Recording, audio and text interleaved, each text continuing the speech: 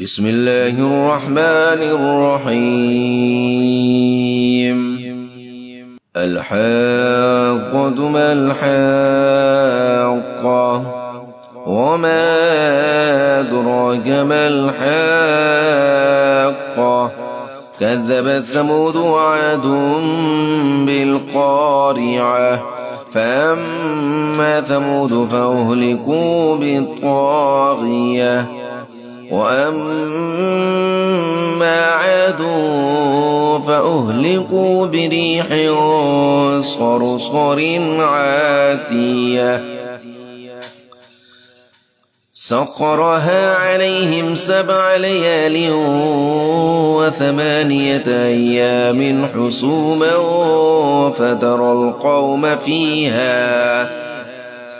فترى القوم فيها صرعى كأنهم أعجاز نخل خاوية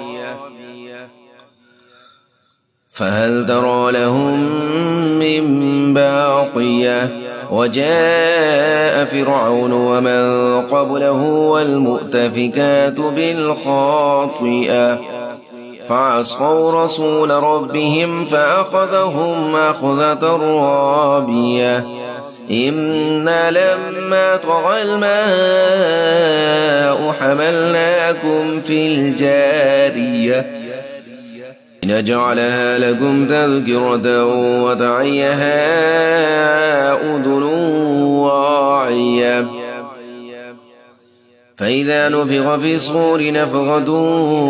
واحدة وحملت الأرض والجبال فدكتا دكة واحدة فيومئذ وقعت الواقعة وانشقت السماء فهي يومئذ واهية والملك على أرجائها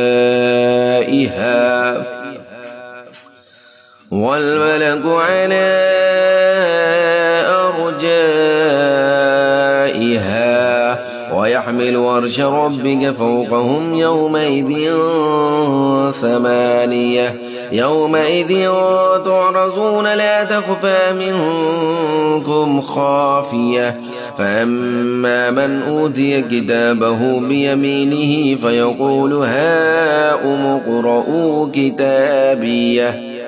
إني ظننت أني ملاق حسابيه فهو في عيشة راضية في جنة عالية قطوفها دانية كلوا واشربوا هنيئا بما سلفتم في الأيام الخالية وأما من أوتي كتابه بشماله فيقول يا ليتني لم أوت كتابيه ولم أدر ما حسابيه يا ليتها كانت القاضية ما أغنى عني ماليه هلك عني سلطانيه خذوه فغلوه ثم الجحيم صلوه ثم في سلسلة ذرعها 70 ذراعا فاسلكوه إنه كان لا يؤمن بالله العظيم ولا يحض على طعام المسكين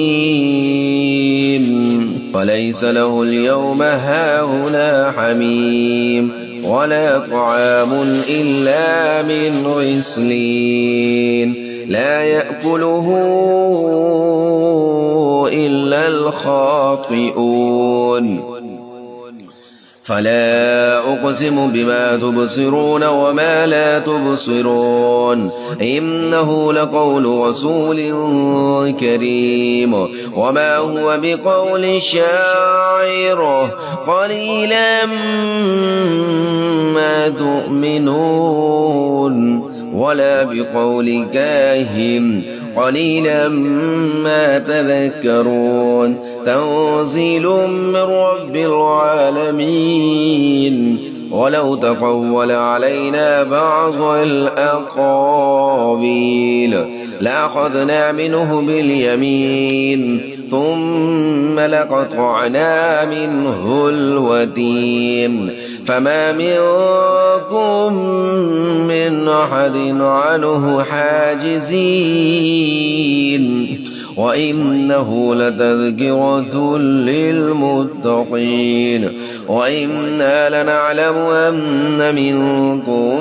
مكذبين